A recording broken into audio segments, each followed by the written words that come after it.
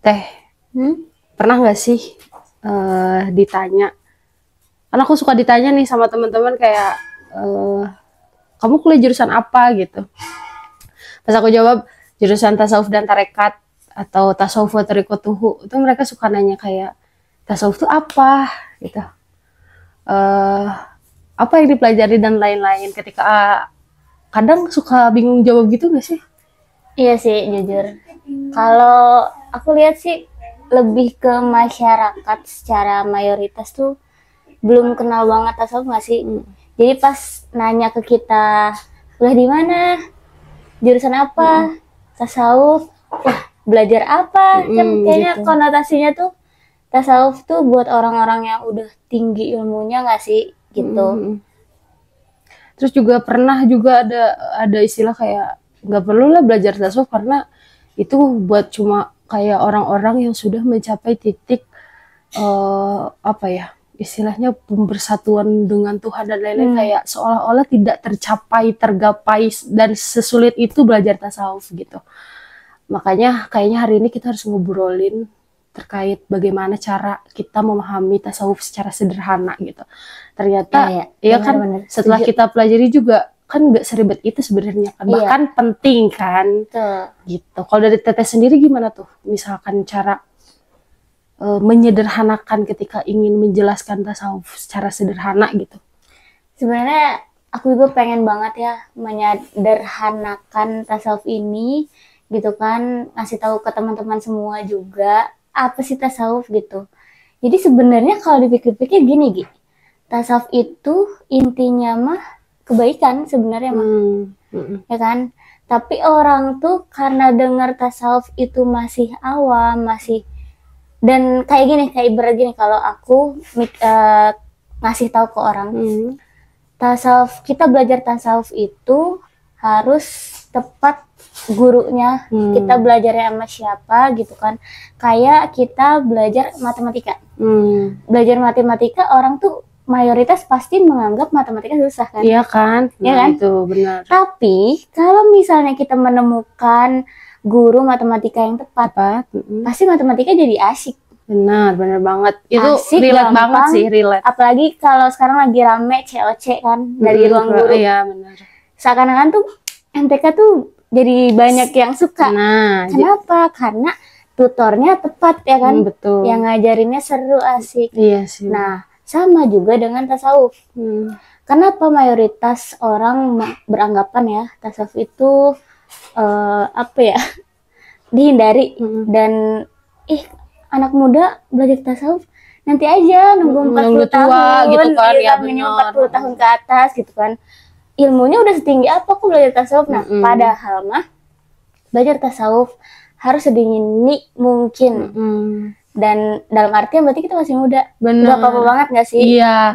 Nah, setelah aku belajar tasawuf secara formal gitu 3-5 tahun lamanya itu aku menyadari satu hal bahwa tasawuf itu se-urgent ini loh gitu kan.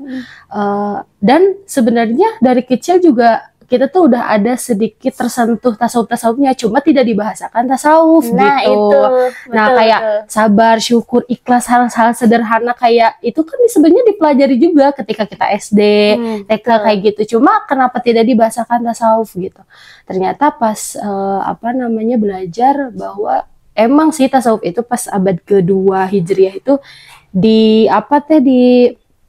rumuskannya itu terakhir dibandingkan tauhid dengan fikih yang mungkin semua orang bahkan yang awam juga paham apa itu tauhid, fikih sudah tidak asing di telinga. Nah, sedangkan tasawuf ini itu akhiran gitu Teh. Jadi tasawuf ini akhiran dipelajarinya, makanya banyak yang asing khususnya di Indonesia gitu.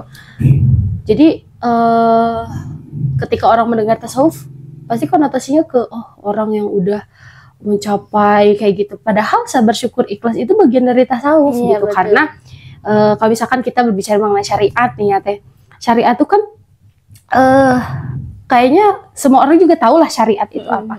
Cuma kalau misalkan kita nanya misalkan ke orang syariat, ya syariat itu sholat, puasa, haji, gitulah rukun Islam. Itu udah tahu. Nah, Padahal syariat itu ada dua aspek. Yang pertama aspek spiritual dan aspek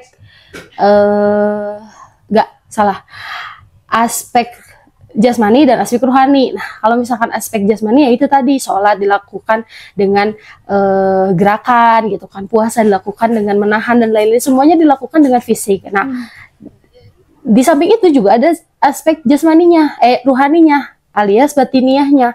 Seperti apa? Seperti sabar, syukur, ikhlas, itu juga perintah gitu lah, bagian dari syariat. Makanya tasawuf itu juga masuk ke dalam syariat, sama seperti tauhid dan fikih. Jadi ketika orang ingin belajar agama, maka harus 3 gitu. Harus tauhid, fikih, dan tasawufnya juga gitu. Makanya ketika kita ingin menyederhanakan tasawuf itu apa? Ya syariat gitu. Ya enggak? Karena masuk juga ke syariat ya. Bener. Tahu nggak fun fact-nya, biar teman-teman juga tahu. Jadi sebenarnya kalau secara siapa duluan yang lahir, tasawuf itu lebih duluan lahir daripada fikih itu sendiri. Kenapa? Jadi tasawuf itu kan muncul itu di awal 2 Hijriah ya, abad 2 Hijriah. Sama kayak ilmu-ilmu lainnya. Iya. Cuma karena lahir duluan tuh berupa praktek oleh sahabat Nabi pada saat itu, ya kan, menumbuhkan rasa pasrah kepada Allah, istiqomah diam di masjid, dan ibadah-ibadah yang berhubungan dengan batin yang tadi Andi sampaikan kan. Nah, kemudian seiring dengan berjalannya waktu, karena makin kesini tuh makin banyak manusia hadir di muka bumi, sehingga muncullah syariat-syariat atau peraturan. Nah, muncullah di situ banyak ilmuwan-ilmuwan yang ibaratnya tuh membuat bab-bab peraturan. Nah, disebutlah fikih. Nah, muncul dari zaman, kalau kita lihat secara tokoh-tokoh fikih itu kan jadi muncul mazhab kan, mazhab 4 mazhab, terus imamnya juga beda-beda. Itu merupakan usaha dari para intelektual ketika syariat makin kesini tuh makin, kalau kata kita mah, diseriuskan. Kayak logikanya gini, kalau misalnya kita berada dalam suatu komunitas yang anggotanya sedikit, tentunya untuk ngurus itu mudah kan, sehingga peraturan yang ada pasti lebih sederhana. Tapi ketika kita berada dalam komunitas yang besar, tentunya akan banyak peraturan-peraturan yang mengikat kan. Iya, benar. Nah, peraturan itu sama seperti dalam beragama. Ternyata makin kesini makin banyak kompleks yang terjadi di umat Islam. Karena makin kesini jumlah umat Islam itu makin bertambah. Sehingga muncullah syariat. Peraturan sholat, ibadah haji, menikah, ya kan? Benar. Dulu kan sampai detail gak ya? Enggak dulu. Karena pada saat itu ya masih ruang lingkupnya sederhana. Karena budayanya juga enggak yang seberkembang itu. Betul, gitu. Apalagi sekarang bayangin udah ada medsos, ya kan? Terus percampuran budaya dan sebagainya, sehingga muncullah itu syariat-syariat supaya apa? Supaya kita tuh tidak keluar dari batas. Sebenarnya sih itu sih. Dikonsepkan gitu, jadi lebih terkonsep. Tapi kalau secara penamaan, tasawuf itu terakhir gitu. Iya. Tapi kalau dari lahir duluan siapa, duluan tasawuf sebenarnya gitu. Nah, ini juga nyambung sih Teh sama yang aku juga jadi inget nih. Jadi ketika Nabi SAW itu diutus gitu kan, sebenarnya nggak yang langsung kamu harus sholat, kamu harus puasa dan haji, nggak yang harus gitu. Nabi itu laqad kana lakum fi rasulillahi uswatun hasanah kan ya. Jadi uswah dulu, jadi contoh yang baik. Bahkan jadi Nabi itu awal diutus itu diperintahkannya untuk apa? Untuk ya yang utama tuh pasti membaca lah ya. Kesananya adalah untuk memperbaiki akhlak dulu kan. Nah, itu tasawuf. Iya, betul, ya kan, betul, itu tasawuf. Jadi memperbaiki akhlak, kan? Praktek duluan ya. Iya, praktek duluan, memperbaiki akhlak setelah, karena konsepnya ketika kita sudah terbuka hati nih, maksudnya hatinya sudah tertata gitu kan. Nah, iman bakal muncul. Jadi sebenarnya runtutannya tuh tasawuf, tauhid, baru fikih sebenarnya. Betul. Karena tempat tumbuhnya tauhid itu sendiri, tempat tumbuh keimanan itu adalah hati. Nah, sedangkan yang ngurus hati itu apa? Akhlak itu sendiri, tasawuf itu sendiri. Baru ketika sudah muncul hati, ketika sudah muncul keimanan kepada Allah, akan mudah untuk mempraktekkan aturan-aturan dari Allah itu sendiri gitu. Betul. Jadi memang ini jadi gampang-gampang susah gitu loh. Awalnya.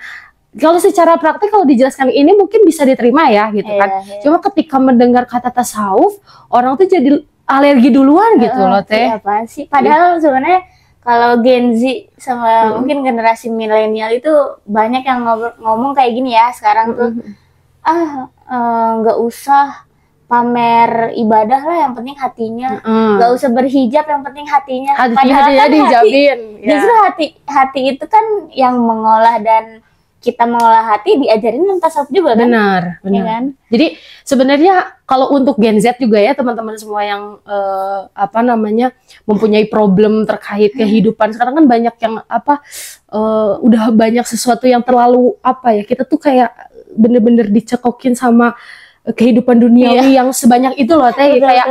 Kayak pasti teman-teman juga kayak ngerasain kok dunia ini tuh semakin serumit itu, bahkan banyak istilahnya yang kena mental illness dan lainnya. Sekarang kayak semakin hari semakin bertambah istilah-istilah mental illness yang mana sebenarnya kalau misalkan teman-teman mempelajari itu semuanya ada di tasawuf gitu. Betul. Jadi aku lebih menyadari bahwa ternyata agama itu memang diturunkan khusus untuk manusia gitu loh. Pantesan gitu, karena emang jawabannya semua ada di agama. Kayaknya bakal seru banget nggak sih kalau kita bahas tasawuf di episode selanjutnya? Iya.